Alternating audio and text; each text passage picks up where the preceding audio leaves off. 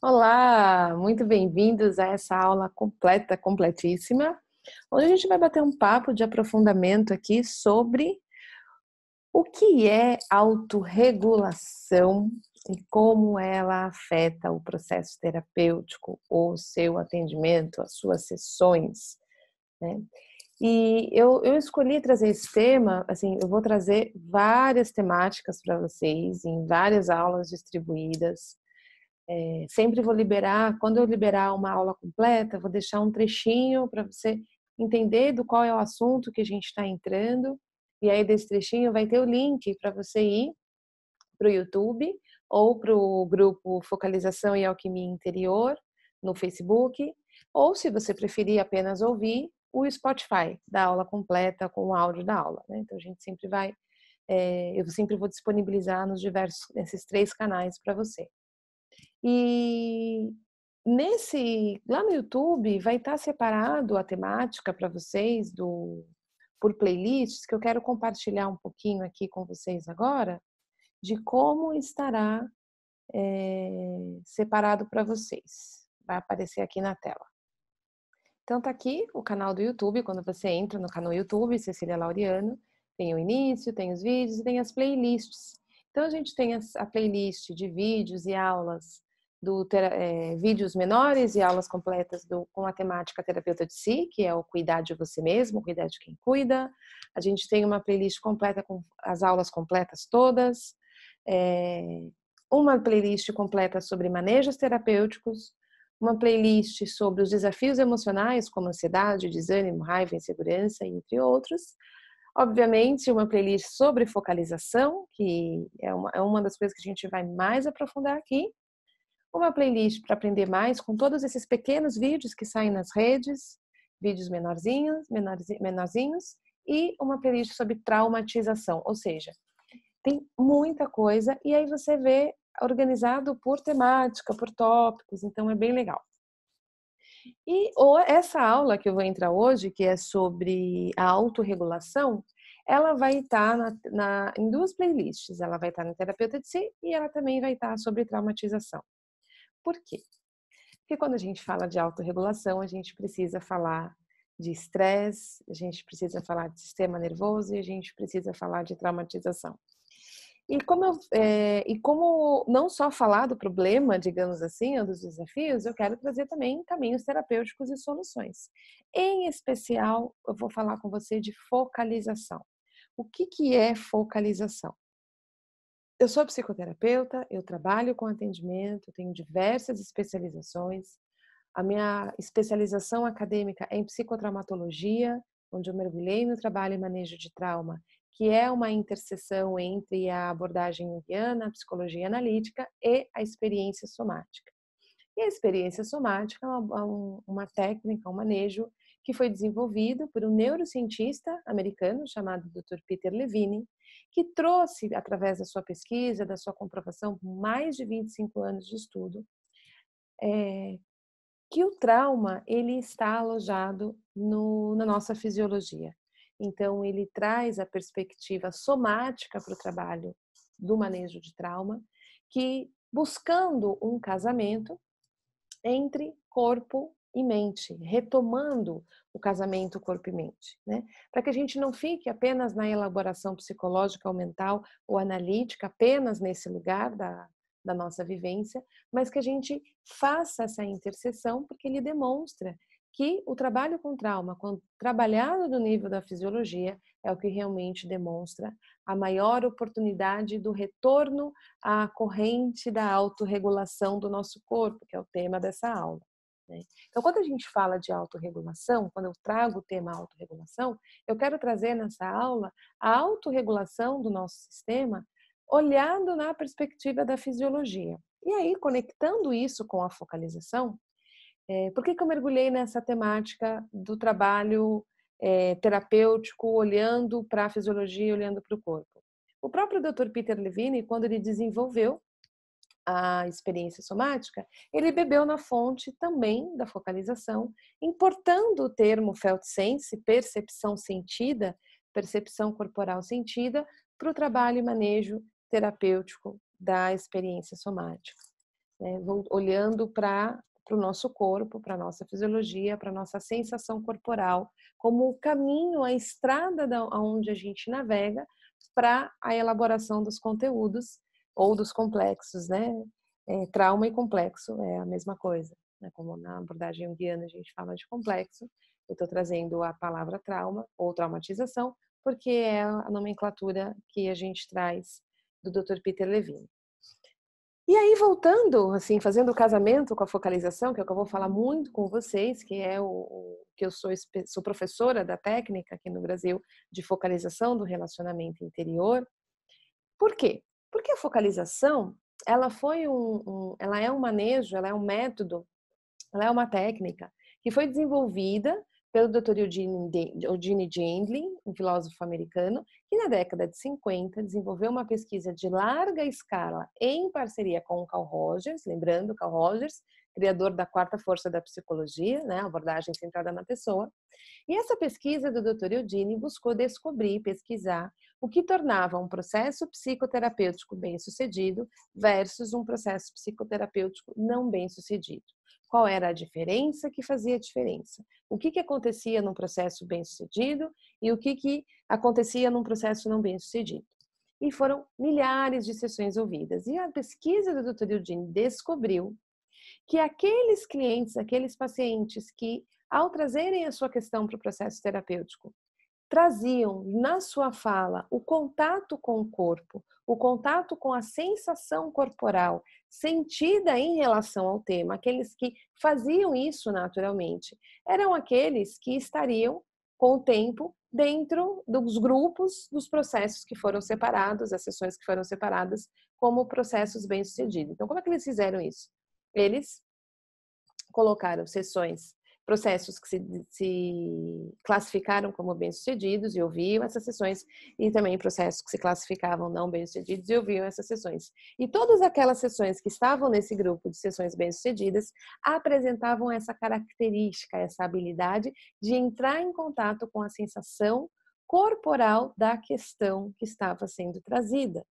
Quando ele descobriu isso, ele então desenvolveu um método que recebeu o nome de focalização para que a gente pudesse entrar em contato com a sensação corporal da questão. Para aqueles que já faziam isso, poder fazer isso de maneira mais deliberada e consciente, e para os que não faziam isso, aprenderem a entrar em contato com a sensação corporal e assim se tornarem bem-sucedidos. Então é isso que é a focalização. É esse caminho, é esse método para entrar em contato com a sensação corporal. A minha formação foi com a Amy Wesley Cornell, que foi uma aluna do Dr. Eugene Gendlin, hoje é uma das principais expoentes da focalização no mundo, e ela desenvolveu um desdobramento da focalização, chamada focalização do relacionamento interior, para que a gente então também, que tem essa mesma função de entrar em contato com o corpo, porém com manejos linguísticos mais específicos desenvolvidos por ela.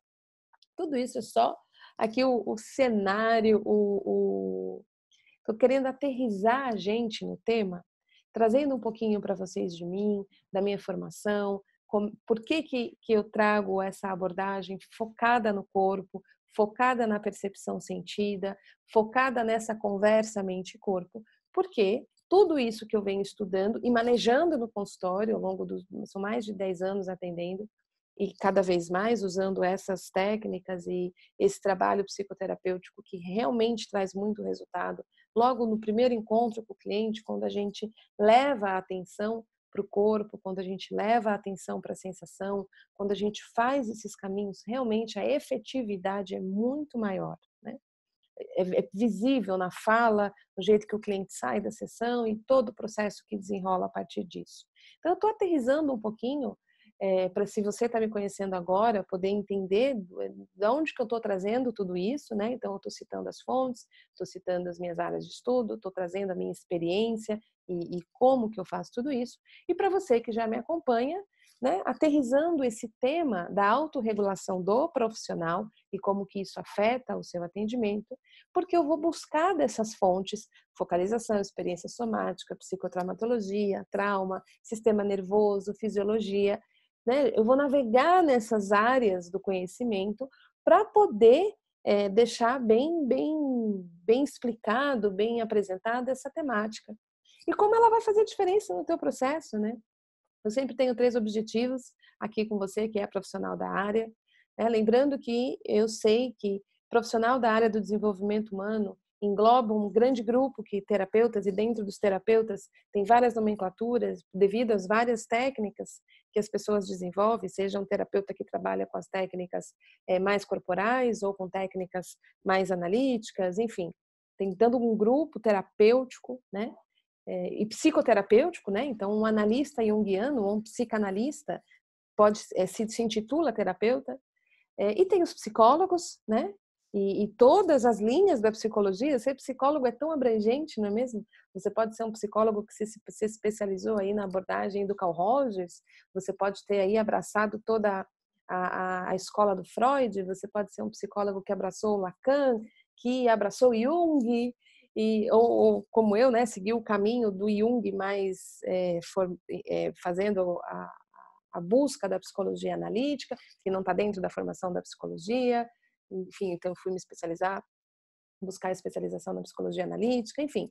Ou seja, todos vocês, independente da escola, o que eu quero trazer aqui é a possibilidade que essas abordagens que vocês trazem possam incluir o corpo, possam incluir essa percepção sentida corporal, que foi a grande revelação da pesquisa do Eugene Gendlin, que os processos psicoterapêuticos bem-sucedidos estavam com aqueles clientes ou pacientes, você que escolhe como você chama, né? Cada linha tem uma nomenclatura, eram bem-sucedidos os que entravam em contato com essa instância corporal sentida, certo? Então, a gente tem aqui um grande tesouro para explorar. E a minha intenção, como eu estava falando, ao trazer isso para você, eu tenho 3 grandes objetivos com os profissionais. Objetivo número 1, cuidar de quem cuida. Por quê? Nós, profissionais da área, muitas vezes temos um olhar tão para fora e para o outro que esquecemos ou negligenciamos os nossos autocuidados. Cuidamos pouco da gente. Desenvolvemos mais habilidades de manejos para o outro e menos habilidade de manejos com o nosso mundo interno. E isso gera 2 resultados. O resultado número 1, menos eficiência no manejo terapêutico com o outro. Por quê? Porque a nossa ferramenta de trabalho é a nossa percepção, é a nossa senso-percepção, é a nossa capacidade de sentir com o cliente empaticamente o que ele está passando e fazer boas distinções e separações do que é meu e do que é do outro.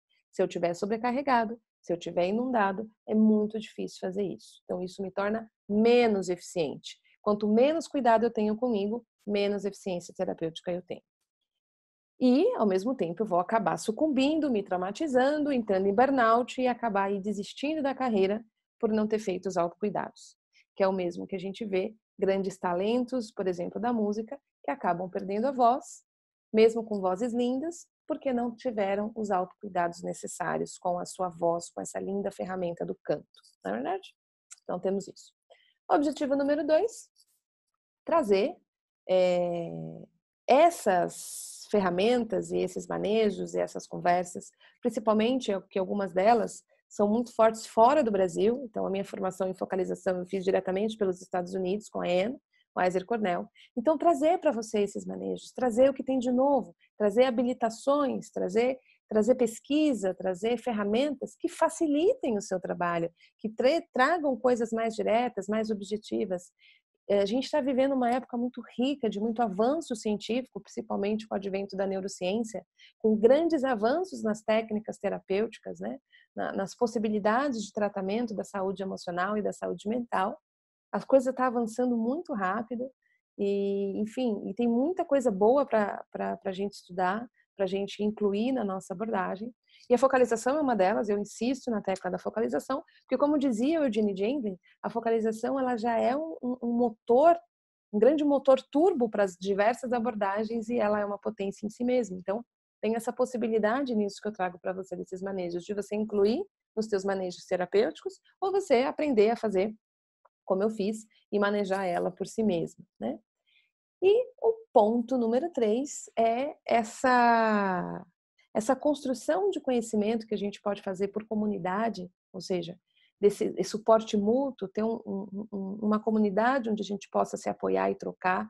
e trazer os autocuidados necessários para a não traumatização dos terapeutas, para que a gente possa exercer essa profissão na melhor qualidade que a gente possa exercer. E para isso a gente precisa de grupo, a gente precisa de comunidade, a gente precisa ter com quem trocar, né? A nossa comunidade precisa se fortalecer, a gente pode se apoiar, né? Então, se conhecer, saber, puxa, tem novas coisas chegando, a Cecília está trazendo a focalização lá de fora, tem outros grandes terapeutas aí trazendo um movimento da experiência somática no Brasil, que é do Dr. Peter Levine, que eu citei há pouco, um movimento maravilhoso e lindo, que é uma grande potência e ferramenta terapêutica, né? A gente tem assistido aí os movimentos das constelações, enfim, tem muita coisa boa e muita coisa nova que a gente pode ter em comunidade, né? Nos grupos. Por isso que eu comecei a aula falando que eu tenho um grupo de focalização e alquimia para os profissionais, um grupo gratuito onde eu disponibilizo muito material lá. Tem o Spotify, tem o grupo do Telegram, enfim, criando esse fortalecimento do nosso grupo de suporte mútuo, onde a gente possa se cuidar, onde a gente possa se apoiar, onde a gente possa se autorregular. Então, esses 3 objetivos, né? Cuidar de quem cuida, ferramentas eficientes e comunidade. Então, eu sempre vou trazer isso para vocês, para que a gente se autorregule. Por que autorregulação, Cecília? O que é autorregulação, Cecília? Pelo amor de Deus. Autorregulação.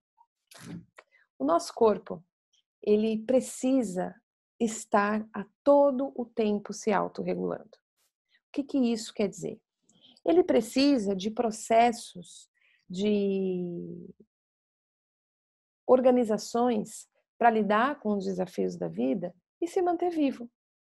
Ele precisa manter regulado nosso batimento cardíaco, ele precisa manter regulado a nossa temperatura corporal, ele precisa manter regulado o nosso senso de equilíbrio, ele precisa manter o nosso sistema imunológico atuando de maneira adequada e a todo momento nos protegendo de bactérias e vírus e ataques que a gente tem todos os dias e a gente nem se dá conta disso.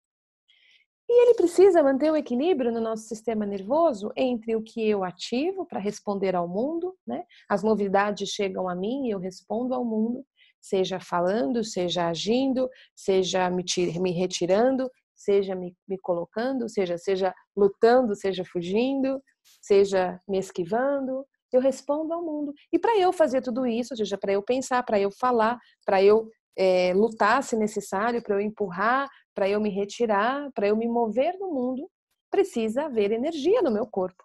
Meu corpo precisa se estressar, ele precisa se ativar, ele precisa ele se prontificar a responder ao mundo. Então, para ele fazer isso, ele pega lá, libera a quantidade de energia necessária, a quantidade de estresse necessário para o nosso sistema nervoso,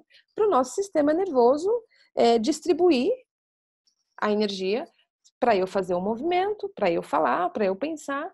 E aí, depois que essa novidade chega e eu lidei com ela, eu preciso ir para o próximo passo, que é o descanso, o repouso. E aí, eu regulo novamente numa condição homeostática, né? O sistema volta para uma condição basal, até chegar uma nova novidade e eu de novo ativar, responder e eu desativar. E assim a gente vai vivendo esses ciclos de ativação e descarga, né? Ativação e resposta, e estresse e relaxamento no nosso corpo. E o nosso corpo precisa dessa autorregulação constante, que independe do meu pensamento, eu não preciso dizer, corpo, agora ativa porque eu vou responder a essa novidade que chegou. Corpo, agora desliga. Isso está fora do meu controle e fora da minha habilidade de pensar sobre isso.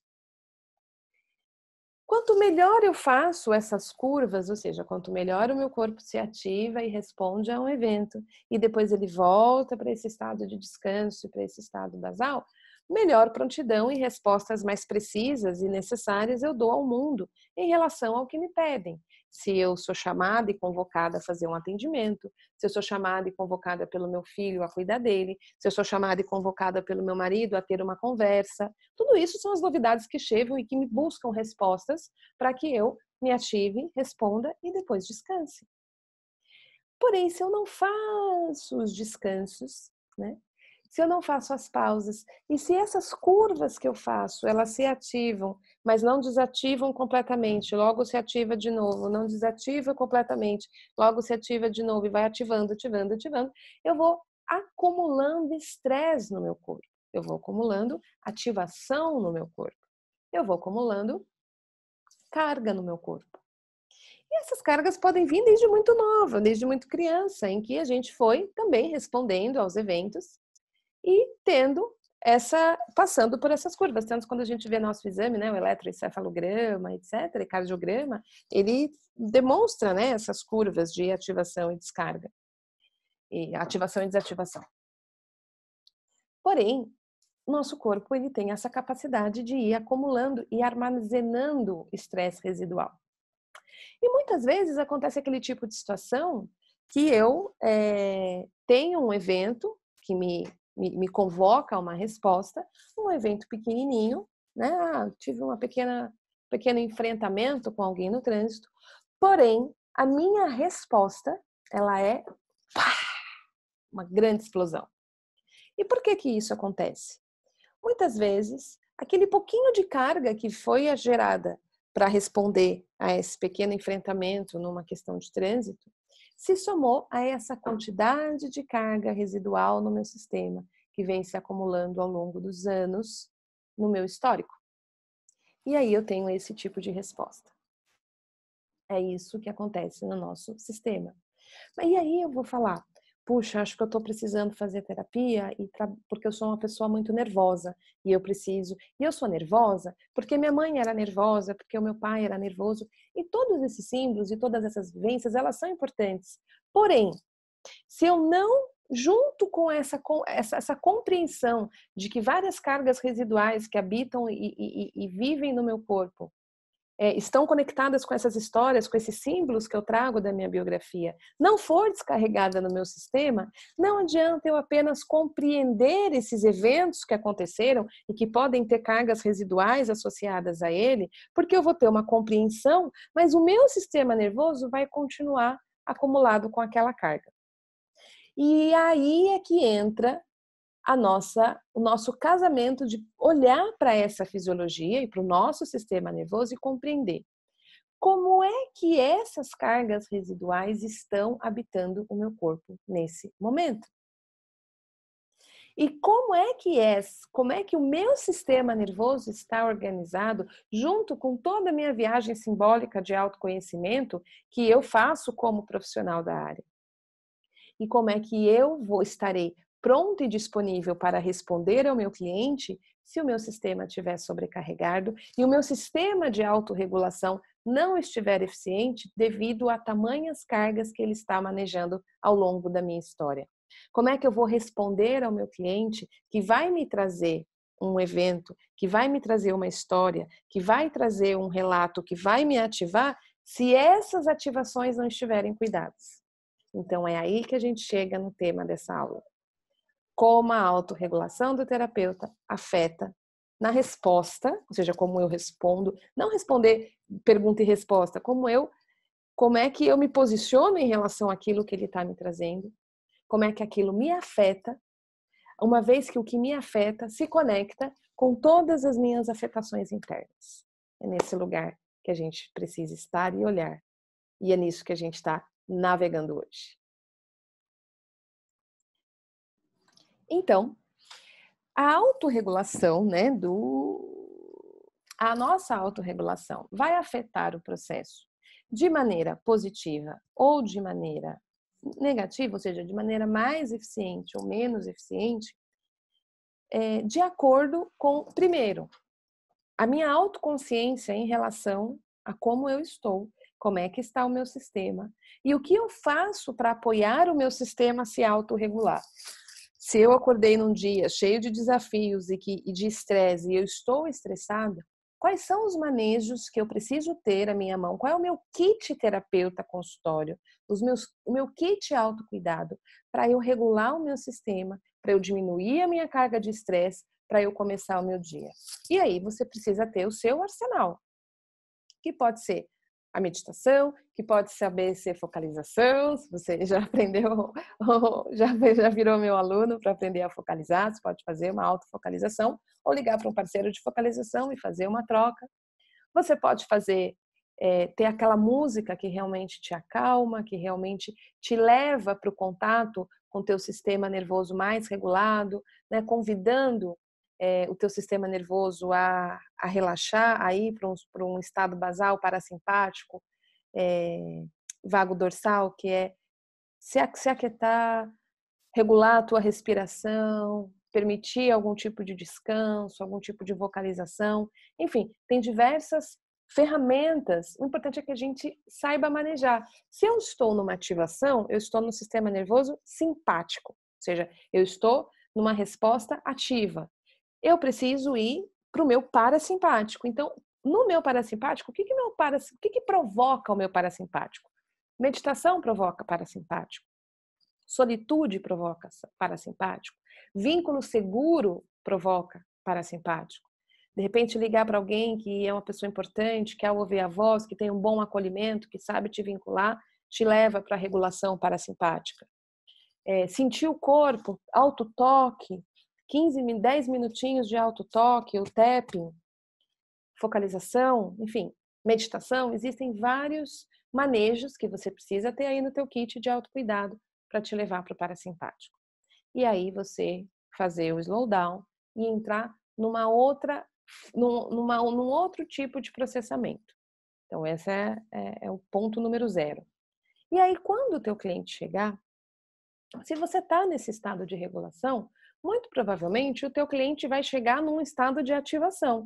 Ele vai estar contando de alguma coisa que ele está lutando na vida dele, lutando para conseguir ou para se livrar, ou ele vai estar contando alguma coisa que ele está tentando escapar, ele vai estar falando de fuga, que ele está tentando resolver, que ele está tentando fugir. Ele está numa atitude muito provavelmente de luta e fuga, ou ele está numa atitude de congelamento, numa atitude de dissociação, que é o quê? De tanta carga que esse sistema tem, o sistema está meio desligado, igual quando antigamente caiu o disjuntor. Uma pessoa que está ali toda prostrada ou com uma queixa significativa de depressão, lembra que mania e depressão é 2 lados de uma mesma moeda. A depressão é casadinha com a ansiedade, ou seja, a pessoa está com o sistema desligado, mas dentro dela os níveis de estresse e ativação são muito significativos. Então, quando esse paciente ou esse cliente chega com esses relatos, ele vem nesses estados de desregulação do sistema nervoso. A gente, de novo, está falando de biologia e fisiologia. Se a gente não se aliar a esse corpo, como é que esse corpo está sentindo e processando essa carga, e a gente só falar sobre aquilo, a chance de mais estímulo é maior e essa pessoa fica pior. Então, a gente precisa também do slowdown. E a primeira coisa que vai provocar o parasimpático do meu cliente a começar a vir para ajudar ele a diminuir, aí no caso parasimpático vago ventral, que é o que engaja, o que promove conexão. Quando a gente fala de engajamento, quando eu falo de engajamento social, o que é o engajamento? É quando eu me engajo com o outro, né? Que está conectado com os nossos padrões de vínculo. Então, quando a gente está nervoso, se a gente recebe a presença de alguém que traz a sensação de a ajuda chegou, por exemplo, se sofreu um acidente, aí tem aquele paramédico que olha no teu olho e fala: está tudo bem, eu estou aqui com você, a ajuda já chegou. Você sofreu um acidente e eu estou cuidando de você. Eu preciso que agora você esteja aqui comigo e juntos nós possamos nos acalmar. Eu estou aqui com você. Veja, esse olhar, essa voz, essa fala engajada, esse engajamento social, ou seja, de outra pessoa, ele tem essa função de receber, de informar para a tua amígdala, para o teu sistema nervoso: a ajuda chegou, eu posso começar a descansar. E é uma das coisas mais efetivas, né? O vínculo dessa qualidade de uma pessoa calma, regulada, que está olhando para você, que traz esse senso, essa sensação de segurança, ativa as minhas respostas de desativação ativa para as respostas de descanso, que vão promover a autorregulação, que vão promover o processamento e a liberação daquela quantidade de carga que o evento provocou. E é isso que o nosso corpo precisa fazer, porque se ele não liberar essas cargas, se ele não processar essas cargas que vieram das respostas ativas, ele vai entrar em estresse crônico e aí a gente vai ver toda a sintomatologia que vai aparecer, seja nas queixas de depressão, de compulsão, de transtornos de ansiedade, dos diversos transtornos que a gente observa na saúde mental e emocional. Então, é isso que eu estou falando de engajamento, é esse tipo de contato que me promove o... tem alguém aqui comigo agora. Que é o mesmo que a gente tinha, né, com a nossa mãe, se ela tinha o vínculo seguro ou nos dava. Aconteceu alguma coisa, eu me assustei, o que eu faço? Eu quero me engajar, eu vou procurar minha mãe. Mamãe, tô com medo. Vem aqui, filho, mamãe tá aqui com você. Tá tudo bem agora. O que o sisteminha da criança faz? É a mesma coisa. Esse sistema procura essa informação de qualidade no outro, no engajamento com o outro, no engajamento social. Então, quando o cliente chega, ele está indo para uma relação de engajamento com você. E é no teu olhar, na tua fala, na tua relação, no teu vínculo terapêutico, que você pode provocar o sistema nervoso dele a começar a receber um senso de segurança. A ajuda chegou, eu estou aqui com você agora. Porém, eu só consigo fazer isso de provocar ele ao slowdown se o meu sistema está em slowdown. Se o meu cliente está com o sistema dele ativadão lá em cima e eu também estou com o meu aqui em cima, a gente vai ficar nesse lugar de vínculo e transferência. E aí é muito difícil processar. E é muito difícil conduzir a sessão. Então, a gente vem para o corpo. Então, o cliente traz aquilo. O que eu falo para ele? Em vez de pedir para ele continuar me falando de tudo que está acontecendo, sabe, talvez a gente possa fazer uma pausa agora e sentir um pouquinho. Como é que o teu corpo te conta essa história? Qual é a sensação que tem no teu corpo em relação a isso tudo que você está me dizendo? Que tal eu e você fazer um pouquinho de companhia para essa sensação e ver o que acontece no seu corpo quando a gente permite ele receber um pouquinho de ar em relação a tudo que você me trouxe? Olha, essa é uma intervenção que a gente está trazendo corpo, que a gente está trazendo sensação corporal e que a gente está trazendo espaço de processamento. Quando esse corpo começa a fazer espaços de processamento, seja se eu vou fazer uma continuidade simbólica, se eu vou encontrar as metáforas daquela história, se eu vou fazer um processamento de carga e descarga mais gestalt, enfim, eu criei o ambiente para que qualquer uma dessas coisas possam acontecer, usando uma linguagem. Essa linguagem que eu acabei de falar agora vem da minha formação de focalização e da experiência somática. Agora, independente de você saber focalização e experiência somática, você pode começar a aprender essa fala aqui comigo. Você pode começar a trazer esses espaços de assentamento para a sua sessão. E através do seu olhar e através de um estado regulado em você, que provoca de maneira deliberada estados mais regulados e calmos no teu cliente, você vai ter um campo muito mais aberto e muito mais nutrido para promover os manejos.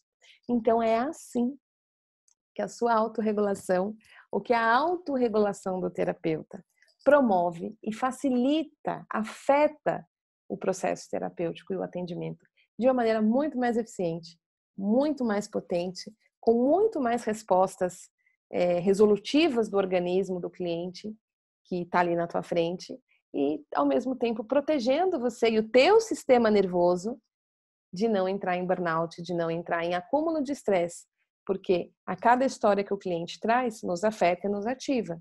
Se a gente, ao final do dia ou em alguns momentos do dia, não faz pausas para como é que eu vou processar as cargas que foram ativadas no meu corpo, na minha fisiologia, na minha afetação, para que eu promova a minha autorregulação, com o tempo eu vou acabar me entrando em processos importantes de traumatização por estresse crônico, por burnout. E é isso que a gente não quer. O mundo tem muita gente que está doente, precisando de cuidados, e muitos terapeutas que estão de agenda vazia. A gente precisa fechar essa conta. A gente precisa melhorar o manejo terapêutico e a nossa eficiência, vivendo o trabalho com os nossos manejos internos, para que desses lugares de autorregulação e bem cuidados, ou seja, nosso machado bem afiadinho, a gente possa receber esse cliente, essas várias pessoas que estão sofrendo. E também, mesmo que você esteja de agenda cheia, e isso não seja uma questão para você, se você não fizer os seus autocuidados, com o tempo você não aguenta mais atender, porque o seu copinho encheu e transbordou, porque ele não foi sendo esvaziado como ele deveria ser esvaziado dia a dia ao longo do tempo com seus autocuidados, tá bom?